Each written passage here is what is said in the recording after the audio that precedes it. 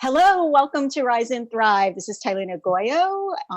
We're on Usula Media this morning, and today I have a very special guest, Vaughnda Hilton. Vaughnda Hilton is a Blackfeet, Seminole, and Creek, and is the founder and executive director of Native Nations Dance Theater, which is Philly's only Indigenous dance company. And Native Nations has been here for about 30 years here in Philadelphia. Welcome, Vaughnda. It's such an honor to have you on our show today. Thanks for having me. Thank you for having me.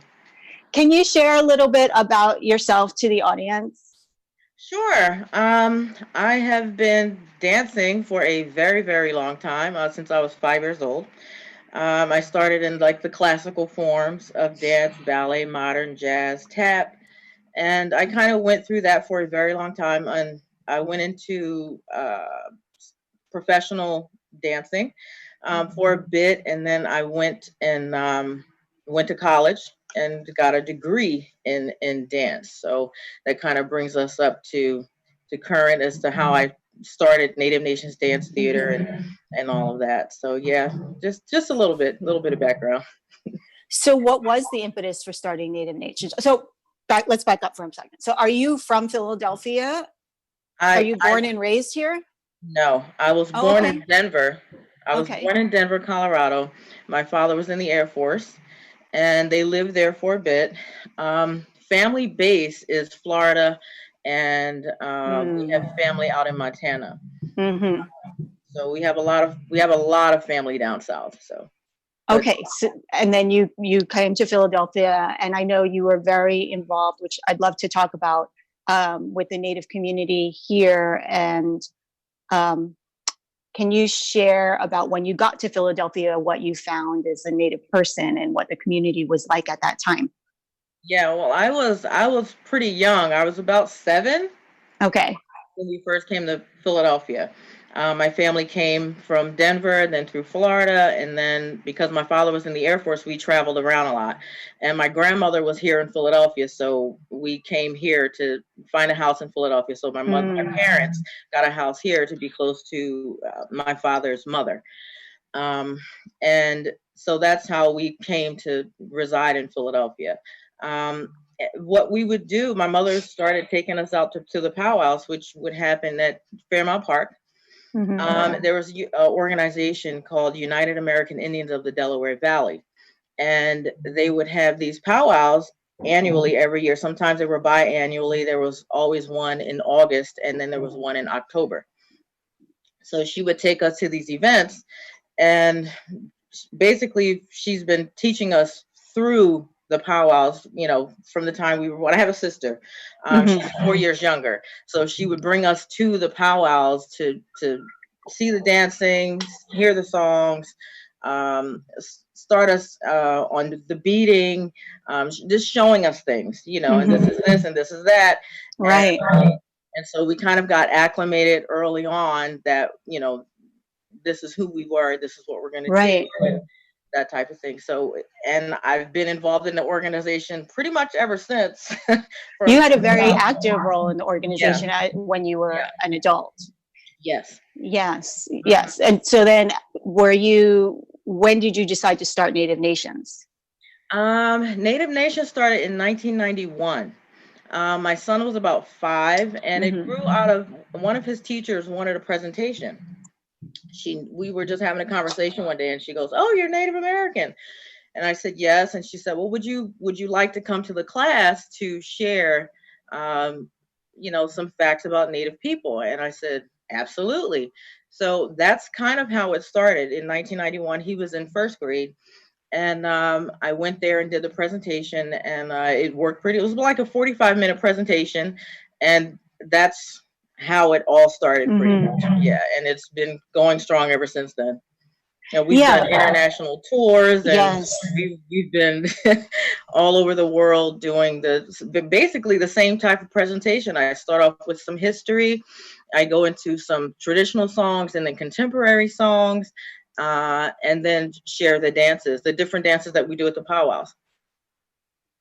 Yeah, and I noticed that you've been all over the world. Your Native Nations resume is extensive. Yeah, and it's wonderful. It's wonderful that people have been able to be exposed to Native culture through you, who you are so knowledgeable and you bring so much beauty to the spaces that you present at. So it's really nice, and it's nice to see that you've had such longevity doing it.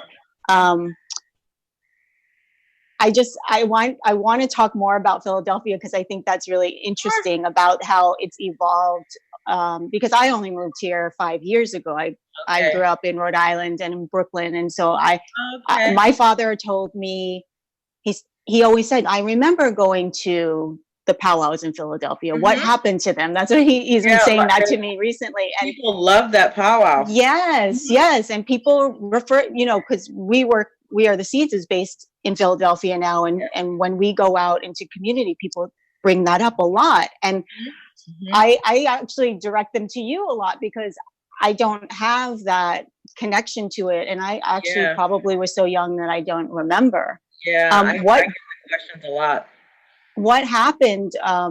Like, do you know why did it end? I had heard something about a relationship with the city. Is the city not supportive of Indigenous art and culture, or how's the relationship been? Yeah, it was a lot of different things when the organization finally came to an end. There were a lot of things that led up to that. Things within the organization, things that had to do with the city. The building itself was becoming an issue.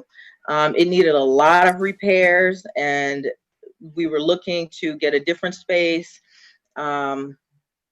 Nearing the close of it, but it was kind of, there was a lot going on there, and over a 25-year span, it's seen its day. It's been through a lot of trouble, but yet it's had a lot of good times. And one of the main things that it used to provide was the powwow for the for everyone, and it wasn't through the city; it was through the organization. The organization was putting on the event, but we were granted the space through the city. From the city.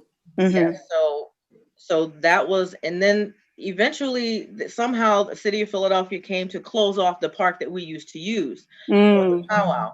So it's fenced and gated now. Interesting. And, it's fenced and gated now. So we were not granted the use of that space anymore. So, we had to find a different space, and we were using Fairmount Park, different spots in Fairmount Park. I mean, that's just a perfect space. Yeah, it really is. It's just like a great space. But some of the spaces that we were getting were hard to police, hard to get the vendors in, the dancers, right, the camping, right. That makes sense. Everything that's involved with the powwow, it was hard to control it. So the area that we used to have, where UAIDV used to have their powwow, was just like a great space that was surrounded by trees. So once we gated it, we could gate the entire area, and people couldn't, jump the fence and things like that.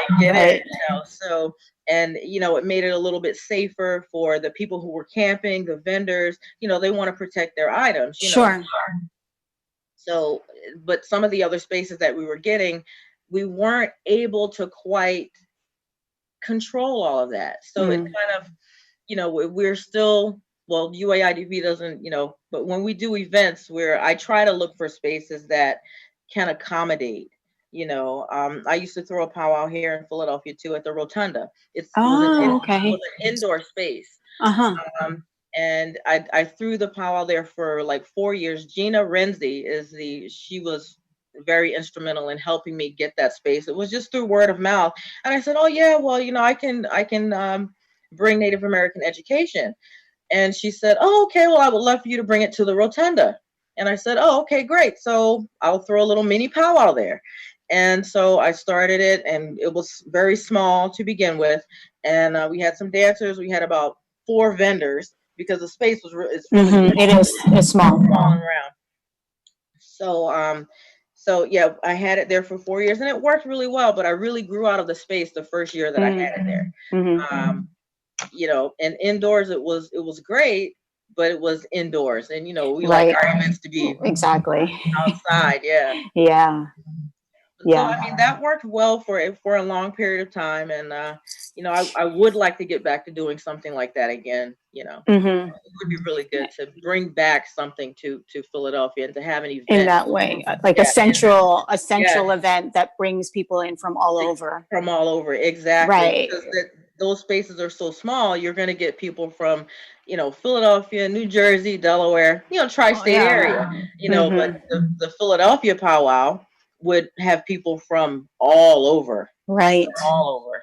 Yeah, many different states Right. would come to the powwow. Many different tribes would be represented. Right. Right. And now you, with Native Nations Dance Theater, you work in schools and with different, you partner with different cultural institutions in Philly, and they bring you in Yeah. for, and audiences love it. Like you were at We Are the Seeds Philadelphia a couple of years ago, and that was Yeah, really that was fun. wonderful. It was Yeah. very nice. And your grandchildren dance with you as well. Yes, and they're just starting to get into singing. So Oh, wow. my oldest grandson is getting into. They have a big drum, and we have the small hand drums here. But he's Nice. really starting to get into the singing part, which is good because it'll give me a break. Right. It'll give me a break. So. Uh-huh. 'Cause I usually sing for them to dance. So Right. Right. So you're going to be singing for us today. yeah, sure. What song? You mentioned that you were going to be singing 3 songs, which I'm really excited about. I think I've been looking forward to it because I think this is just really needed, and it'll make us. It's very special. So Well, they're contemporary songs. mhm. These are some of the songs that I would sing like when we're on tour, and they want more than a 15-minute segment of singing and traditional and contemporary songs. So these are some of those songs. Years ago at UAIDV, there also used to be a women's singing circle. So this is how I started to get into the singing. Pura Fay had started this group called Chattahoochee at UAIDV, and it was a great thing because it was the women. They would come together and they would sing and they would share things. So that's how I started getting it, because I've always seen myself as a dancer, you know. But so I kind of got into that, and then we would also go around to different festivals and events and powwows, and she would do like this whole long 1-hour set of just the singing stuff. So now I incorporate the singing with the dancing. So it kind of grew into that, how I put the program together. Yeah. The program's a really nice balance. Thank you. Thank you. Yeah. So the one song that I'll start off singing is you have to let me know about the volume and I will. all that. Okay, but I'm gonna sing. It's in honor of the Lenape people. It's called Heya Ahanahe. Okay. Okay. Yes. I gotta back up a little bit because I'm kind of in cramped quarters here. Heya Ahanahe, Heya Ahanahe, Heya Ahanahe, Heya Ahanahe, Heya Ahanahe, Heya Ahanahe, Heya Ahanahe, Heya Ahanahe, hey yo, Heya Ahanahe, hey yo, Heya Ahanahe, hey yo, Heya Ahanahe, Heya Ahanahe, Heya Ahanahe, Weya Ahanahe, Weya Ahanahe, Weya Ahanahe, Weya Ahanahe, Weya Ahanahe, Weya Ahanahe, Weya Ahanahe, Weya Ahanahe, way yo, Weya Ahanahe, way yo, Weya Ahanahe, way yo, Weya Ahanahe, Weya Ahanahe, Weya Ahanahe, hey yo, Ahana, hey yo, hey yo, Ahana, hey yo, way yo, Ahana, hey yo, hey yo, Ahana, hey yo, heya, ahana, hey, heya, ahana, hey, heya, ahana, hey, heya, ahana, hey, heya, ahana, hey, heya, ahana, hey, heya, ahana, hey, heya, ahana, hey. Thank you. You're welcome. That's a beautiful song. That's beautiful. Thank you. Can you tell us a little bit more about the song? Hold on one sec. You take your time. Inside, kind of stuffy. You know, it's kind of hard to sing inside too. You know. Yeah. You got fans and all of that. Got it. Hey, Ahana, hey. Let me see. When I created that song, long time ago, maybe about 15 years ago now. Some of the songs that I sing, the contemporary songs that kind of just come to you. You know, you wake up and you're like, oh, There's a song. there's a song. You know, so dances happen the same way. And I'm a professional choreographer too. So sometimes I'll dream a whole ballet. Yeah. And wake up and go, oh, wow, I don't have any dancers to put this on, but I'm going to write it down anyway. You know, so the songs would come to me the same way. So I just kind of woke up one day and there the song was, hey, Ahana, hey. It's like a call out. You're calling out. So it just kind of. That's wonderful. It's so beautiful. Some songs come to you like that. Yes. And sometimes you have to sit down and write it out and you struggle with it and you try to get it all down together. But yeah, that one just came to me. That's amazing. So we're going to take a break. And when we come back, we'll have more songs by Vaughnda Hilton and we'll talk more about Native Nations Dance Theater. This is Rise and Thrive on Usula Media. Okay.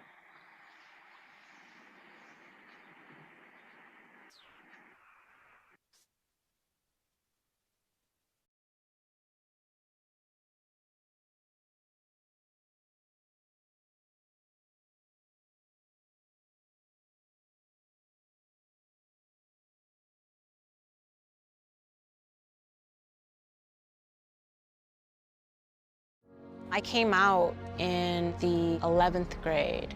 Nobody was embracing you. The kids were cruel. It was very difficult to be gay. Not completing high school is more of a social thing than it was an academic thing. And even though all these years have passed, I still had that longing to have my diploma. I have a mentor, Maria, and she convinced me to continue my education. Just never judges. She's a true role model. From the depths of my heart, I thank you, Maria, for being a friend and a beautiful person. No one receives a diploma alone, and I'm honored to share this moment with you. Thank you. If you're even considering getting your high school diploma, go get it. You can do it.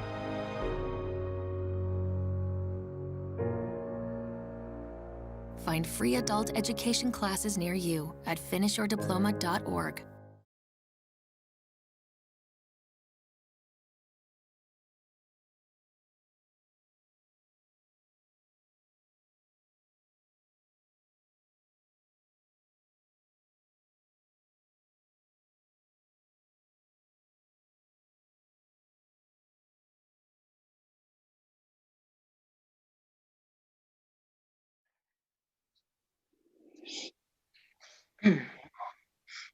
And we're back. This is Tailinh Agoyo on Rise and Thrive, Indigenous Arts, Culture, and Joyful Acts of Resistance on Usula Media. I'm here with Vaughnda Hilton, who is the founder and executive director of Native Nations Dance Theater. Vaughnda, thank you for that song. It was beautiful. You're welcome. I have a question. How are you feeling? So we were just talking over break about, you know, just being inside and everything being kind of altered and having to go through life in this different way. How are you doing? How has this been for you? We're doing okay. We're one day at a time. You know, that's how pretty much we have to do it, one day at a time. We go out, we go shopping, we wear our masks, you know. Right. Nice. Did you make that one? Yeah, Or we've did you been making these. Yeah. Really? Me and my son, he came up with a different design and very nice. Are you selling those? Yeah. Yeah. On your do you have a website? He has a website. It's at Tune Exclusive. He has a clothing. How do you spell it? He has a clothing design. Tune, like cartoon. Oh, okay. Tune Exclusive. Exclusive, which is XKLOOSIV. XKLOOIV. Tune SIV. Yeah. XIV. Yes. Tune Exclusive. Yes. So if you're not watching the YouTube and just hearing us on audio, you should check out the website because they're beautiful masks. Thank you. Yeah. We've been doing those for a while. You know, we've been selling out. You know, people in the urban communities and all communities, they want something different. You know, so he says, hey, you know, I think we should start doing these masks with the native designs. People really like them. So I said, okay, sounds good to me. And so I have my sewing machine, like it's like literally right here.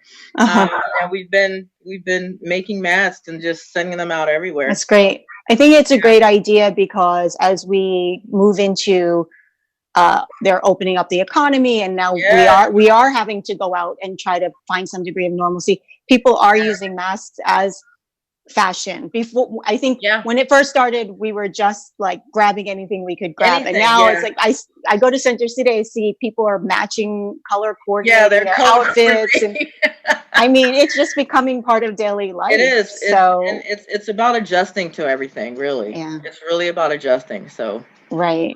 Yeah. Right.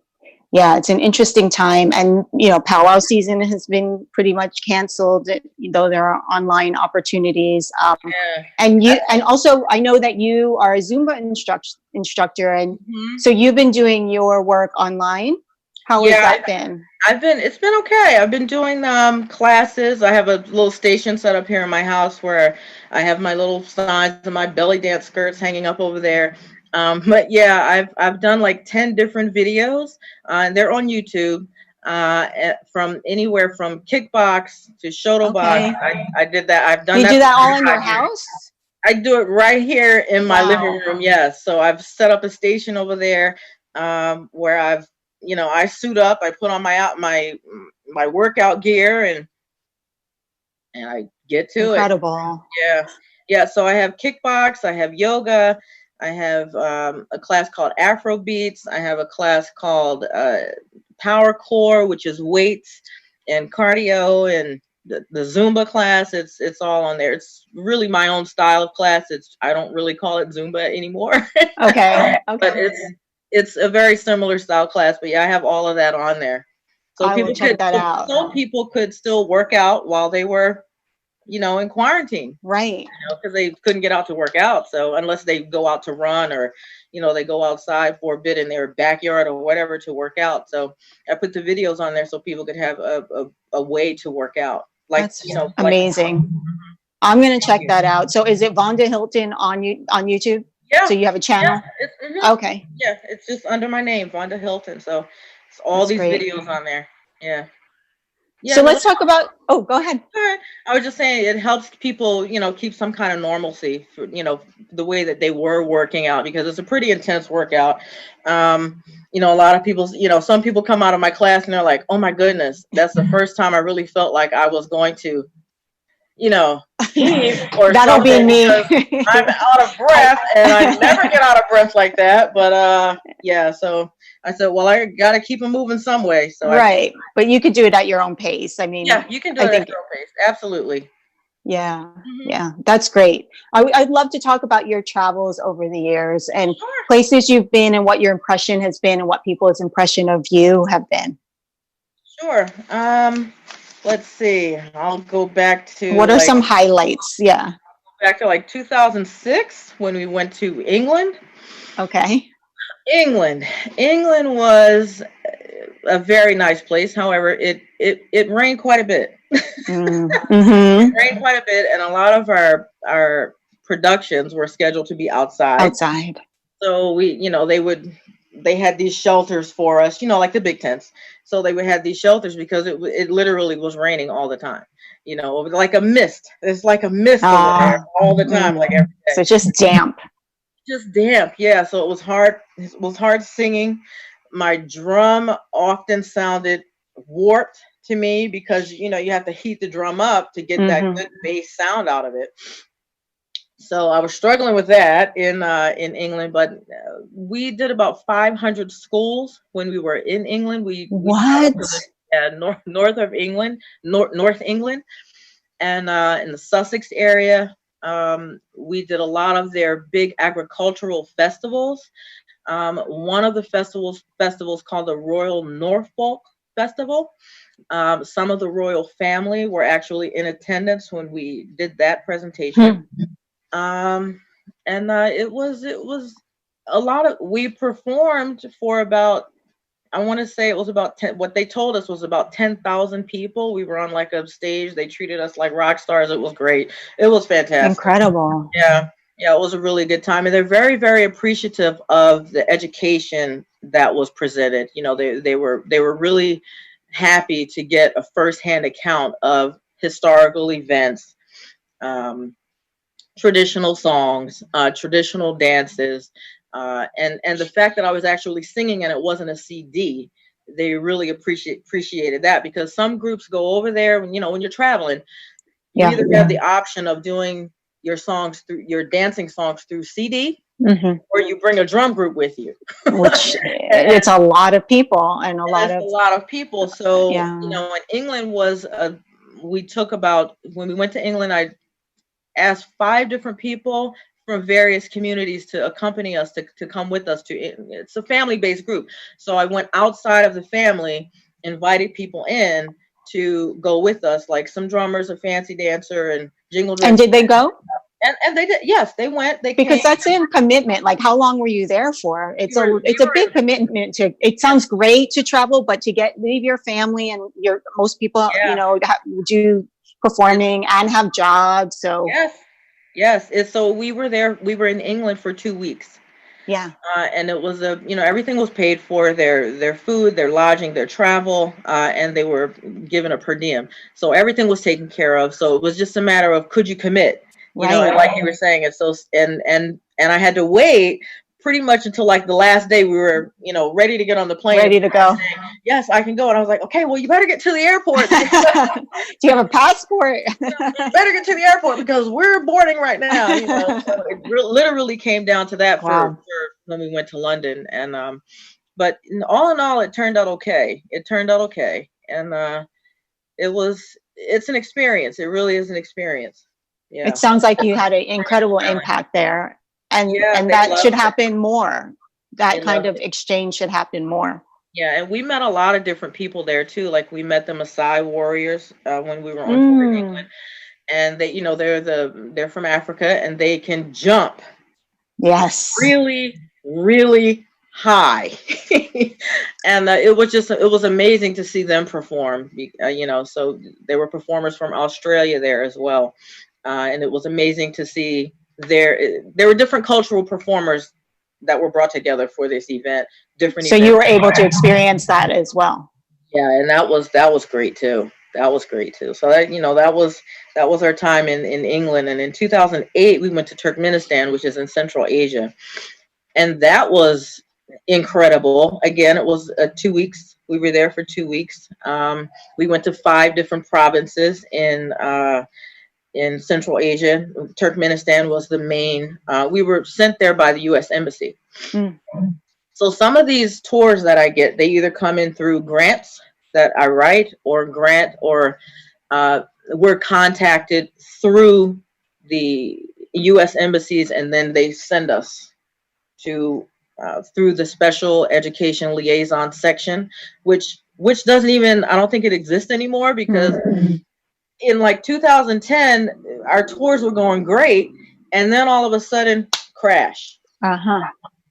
No tours coming in. Nothing was coming through, and I found out that the budget was severely cut, through the U.S. embassies for artists and special events, especially touring artist events. So hopefully we'll get back to some more touring, but we haven't really had a tour since 2010.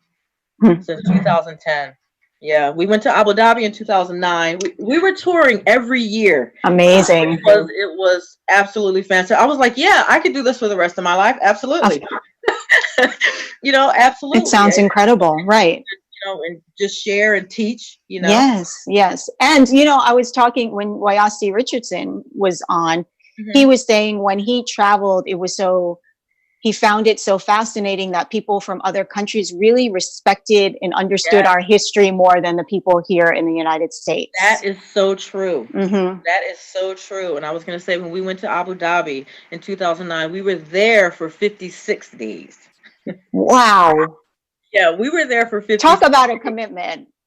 Oh, yeah. So that was basically just a family core group. And it was such an amazing experience. It was and they really, really, like you were saying, and like Wayasi was saying, they have such a great admiration and respect for our culture. It's amazing, you know, that I could sit down and have a conversation with someone who knew as much about my history as I did. Incredible. It really was they wanted me to stay there and teach history. And I was like, yeah, I can't do it, guys. But yeah, I was offered a position to stay there and teach, Wow. you know, in their school system. And I was just like, wow, this is wow. amazing. There are a lot of American artists there and construction people, because they were building up Abu Dhabi. Yes, right. We were there during the time that the tallest building in the world was still being built. It's completed now, but we were there during that construction phase. So we basically got to go see part of the construction of this amazing, how cool, tall building, you know. So, but yeah, that was a very, very long tour. We were on tour. We were performing from 11 a.m. to 11 p.m. in sets at an event called Summer in Abu Dhabi. And there were all of these different cultural groups that they would invite to come to the Summer in Abu Dhabi and share their culture. And there were clowns there. It was like a big, huge carnival festival kind of thing, if you can understand. There was some of everything in there. It's like the one big thing that they do. Like we have carnivals here, and you can go here and there and everywhere. We have powwows. You can go to powwows. We have all kinds of different concerts. But this was everything in one space. Everything in one space. There were concerts in there. We were in there. We were stationed next to the Aboriginals from Australia and the South American Mighty Zulu Dance Nation, I think is their name, but they were from South Africa, and it was the three of us together. We called it a habitat, you know, where we were all, because we were there from 11 a.m. to 11 p.m. We lived in there, you know, and we lived right at our spot. You know? Oh, you did. So it was like the Olympic. It was. What do they call that? Where they stay in the Olympics? Like they just do everything right there all the time. It was a performance marathon. It was a performance, and the other thing I was going to say was the royal family of the Emirati royal family came through there. They shut everything down. They wouldn't allow any of the, you know, regular people from the country to come in. They shut everything down, and all of the performers were on, you know, call for the royal family to come through and visit all of the, you know, exhibits and sites and everything. And that was pretty amazing too. Yeah. Yeah, my grandson. So did you perform for them? You performed for them? Yes, we were performing. You know, they kept the performances continuous so they could just walk through as if it was filled with thousands of people. So we just kept, you know, our presentation going until they got to us and they watched it, and then they, you know, they went on. But yeah, it was fantastic. How incredible. And you were saying something about your grandson? He was 2. And they called him the ambassador because after every performance, he would shake people's hands. He would go out to the audience and you know, kind of nod his head like, thank you for watching us. They called him the ambassador. So cute. What an experience for a young child to have that. Yeah. Wow. Yeah. All right, we're going to take another break. This is Rise and Thrive. When we come back, Vaughnda's going to sing some more songs and we'll have more of a chat. This is Usula Media, Tailinh and Agoyo on Rise and Thrive.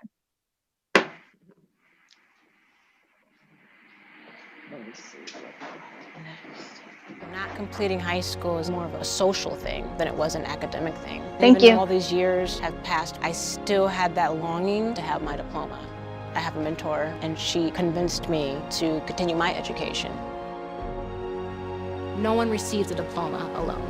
If you're even considering getting your high school diploma, go get it. You can do it. Find free adult education classes near you at finishyourdiploma.org.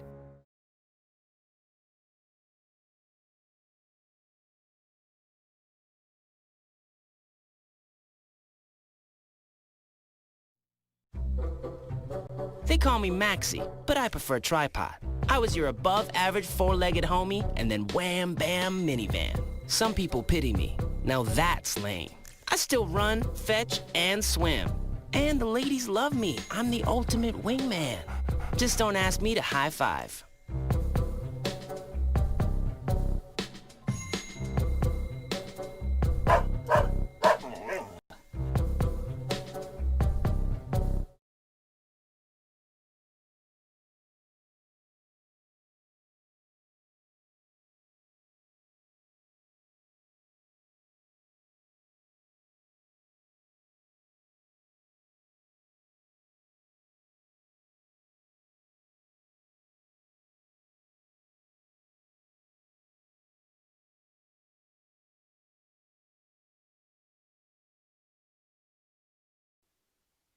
Hello, this is Tailinh Agoyo on Rise and Thrive, Indigenous Arts, Culture, and Joyful Acts of Resistance. And I'm so happy today to have you here with me, Vaughnda. It's just wonderful to be able to chat and talk about your experiences, and it feels good. There's been so much heaviness lately, and this is really nice to talk about life and the beautiful things. So thank you for being here. I want to jump back to when you were traveling and you said you had 11-hour days, right? And how you kept your family healthy and how you sustained that, because performing in and of itself is kind of, it takes a lot out of you. And people who are not performers or actors or creators like don't really understand that, but it's very draining. And interacting with people and people wanting knowledge from you, but then cultural knowledge is a whole next level.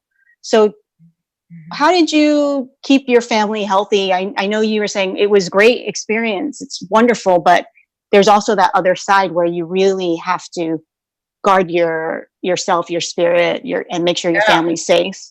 Yeah, you really do. It's, touring is exhausting. It's exhausting for everyone. We had a 2-year-old with us, and he was, he's a baby. So, Right. Yeah, he has needs, and when he doesn't feel like, going out there, we would have his little bed ready and set him down and give him his bottle and his food and everything, So there were some days where he wasn't feeling up to it because it was really hot in Abu Dhabi. Specifically, it was really, really hot in Abu Dhabi. Is it very dry? Very dry, very hot. My grandson has had an issue. He doesn't have it now, but he had an issue with asthma then. And it was starting to affect him. Yeah. Affect him. So, you go outside, it's 97 degrees in the morning. And you go into your hotel, it's 30 degrees. Because they have the air conditioner on high, so we walked around with scarves around our necks, because we're singing, and we made sure that we got our breakfast and plenty of water and our luncheon and our dinners. We made sure that we ate healthy enough, and we also made sure that we were taking precautions not to expose our throats too much, because we were singing and dancing, and my son even wore like a little cap on his head to keep from catching a cold or anything like that, because we were constantly going in and out, right? Super hot to super cold, right. It was a trying experience, but we made it through that. Oh, when we went to Turkmenistan, you mentioned about keeping everybody healthy. Well, when we went to Turkmenistan, we got there and they said, well, don't drink the water, and we got off the plane and they gave us tea. And so my mother and I drank the tea. I believe Erin Washington, she went on the tour with us to Turkmenistan. I believe she drank the tea. My son didn't drink the tea. And my nephew, Raul, didn't drink the tea. Well, the ones that didn't drink the tea were okay. I'll just say it. But yeah, the first 3 days of the tour of Turkmenistan. Oh, no. We were sick. We were sick because the tea was lukewarm. It was piping hot, and they tell you don't drink it, but you kind of you get off. You think tea will be okay too? I'm thinking tea is okay because it's been boiled, and right. No, it wasn't, and we were sick for like 3 days. Oh, that's horrible. And we had to sing. We still had to. You still have to do it. Yeah, we still had to get to all of our shows and everything. So. We were down in the water, and they gave us tablets and everything to take care of the issue, but yeah, it took a good 3 days for us to get ourselves together so we could be 100%, with singing and dancing and everything, because that's rough. You really have to stay up on your water, especially when you're traveling. Yeah, the time change, all the jet lag, and really have to stay up on the water. And the sugary stuff, I would warn everybody, stay away from the sugary stuff, because you're gonna mess yourself up, because you want to just drink as much. We took bottled water with us in our luggage. Yeah. Oh, because you were allowed to at that point, right? Because now they wouldn't let you do that. Yeah. And then we, it was in our luggage, not on our carry-on, but in our, Oh, in the luggage. yeah, Okay. in the luggage. Wow. We took bottled water with us because we That's were a lot. yeah, for that not to happen again. That's a lot to do. Yeah. Wow. Yeah.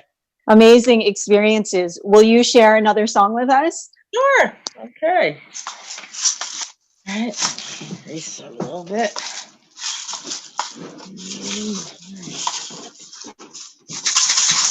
Have to excuse, right? We have my son's leaving to go to work right now, so it's a little bit annoying. Okay. No problem. What is this that you'll be singing? This song is called Asha Ajune, and it's a vocable, and it's, some vocables don't have literal meanings or literal translations, so it's just one of those songs. Yeah.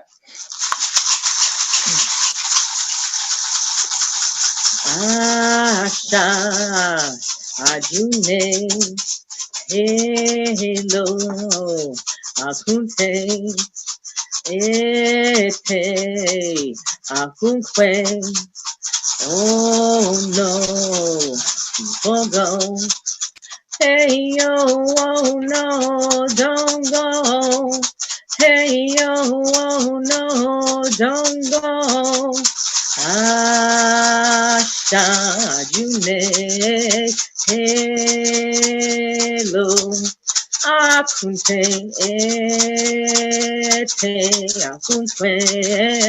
Oh no, people go. Hey yo, oh no, don't go. Hey yo, oh no, don't go. Asha June, hello, akunte, ete, akunkwe. Oh no, people go. Hey yo, oh no, don't go. Hey yo, oh no, don't go.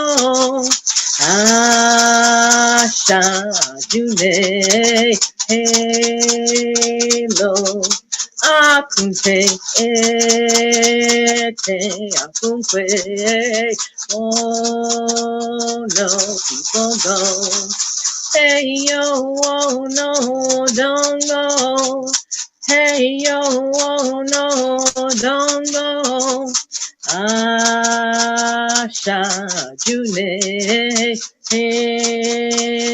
hello, akunte, ete, akunkwe. Oh no, people go.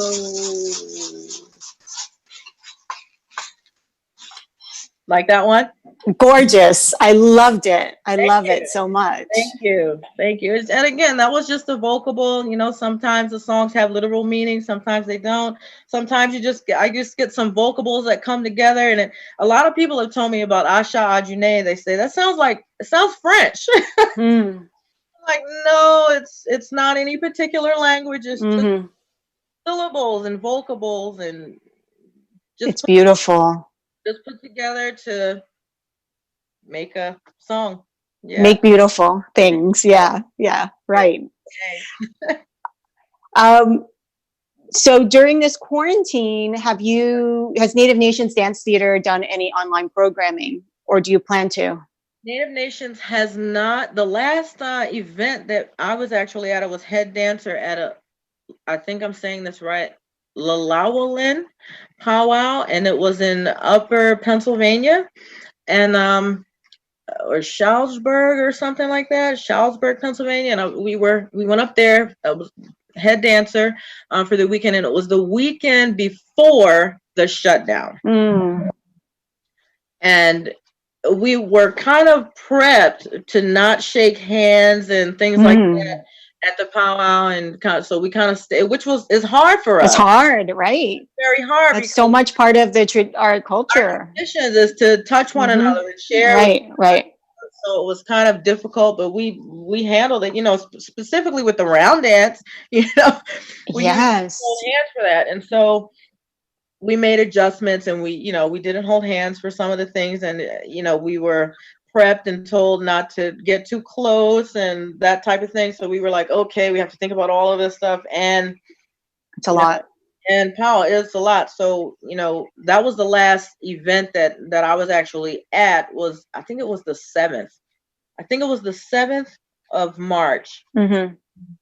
And then I know at my job we shut down on the 13th. So it was like the we were shut down before the next Right. one. And so And then we were supposed to work together for one Philadelphia on the 18th. Exactly. Mm-hmm.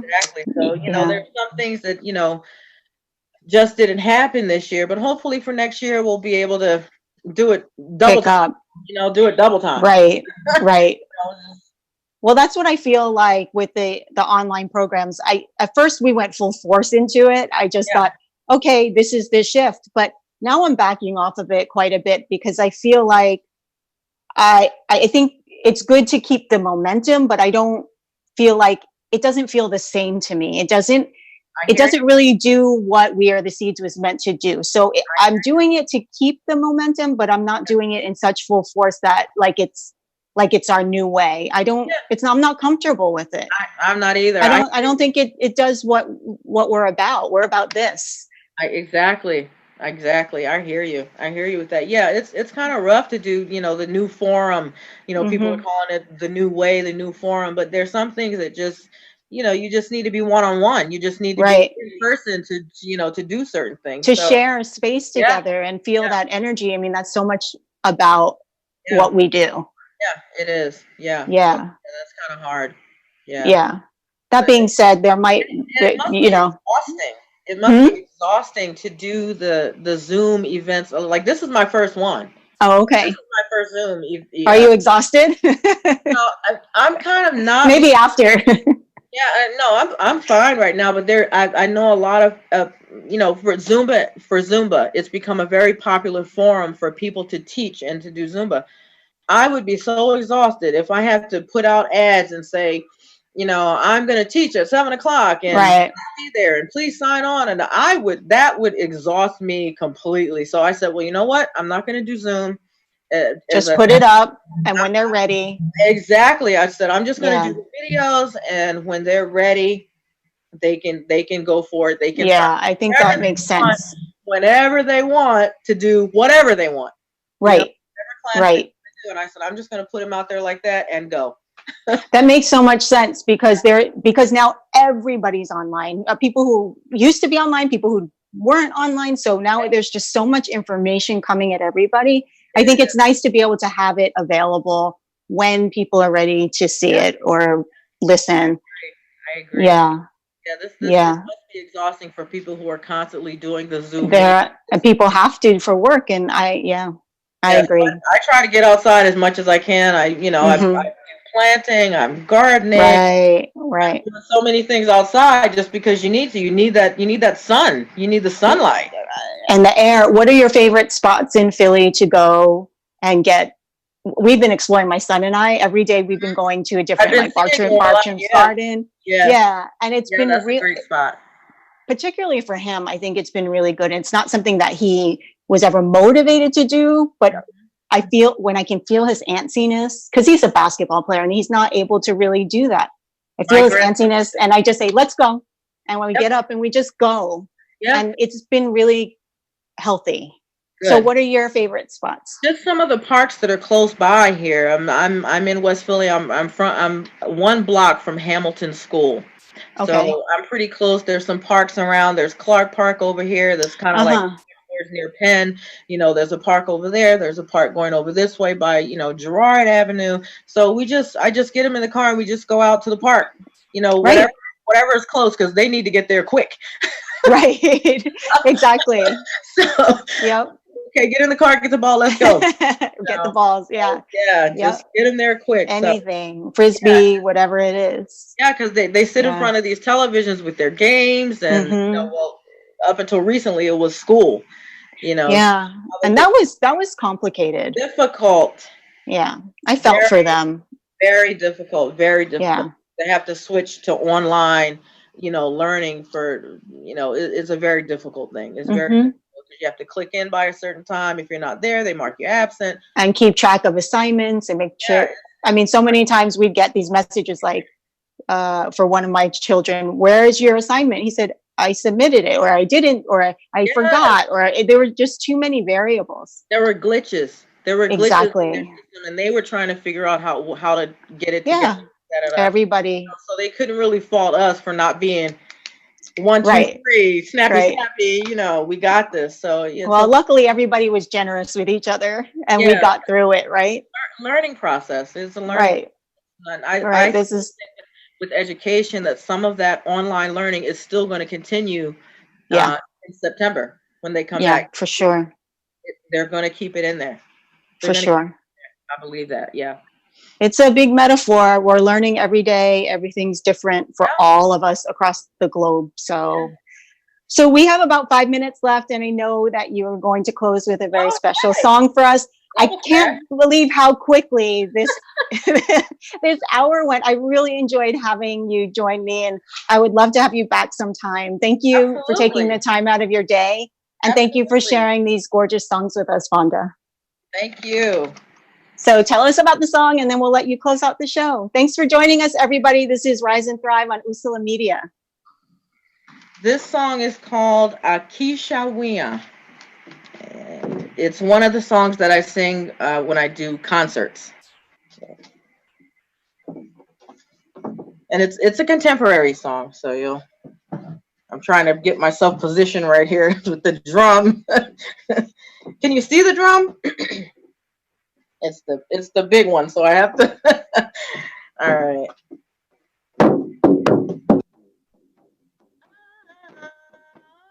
Akishawia, hey yo ha, hey yo ha, ha, hey yo. Akishawia, Akishawia, hey yo ha, hey yo ha, ha, hey yo. Akishawia, hey yo ha, hey yo ha, ha, hey yo. Akishawia. Yeah, hey yo, ha, hey yo, ha, ha, hey yo, hey yo, hey yo, hey yo, hey yo, hey yo, ha, hey yo, ha, ha, hey yo, hey yo, hey yo, hey yo, hey yo, ha, hey yo, ha, ha, hey yo. Akishawia, hey yo, ha, hey yo, ha, ha, hey yo. Akishawia, Akishawia, hey yo, ha, hey yo, ha, ha, hey yo. Akishawia, hey yo, ha, hey yo, ha, ha, hey yo. Akishawia, hey yo, ha, hey yo, ha, ha, hey yo. Hey yo, hey yo, hey yo, hey yo, ha, hey yo, ha, ha, hey yo. Hey yo, hey yo, hey yo, ha, hey yo, ha, ha, hey yo. Akishawia, hey yo, ha, hey yo, ha, ha, hey yo. Hey yo, hey yo, hey yo, hey yo, ha, hey yo, ha, ha, hey yo. Akishawia, hey yo, ha, hey yo, ha, ha, hey yo. Akishawia, Akishawia, hey yo, ha, hey yo, ha, ha, hey yo. Thank you. Thank you so much. Thanks for joining us, everybody.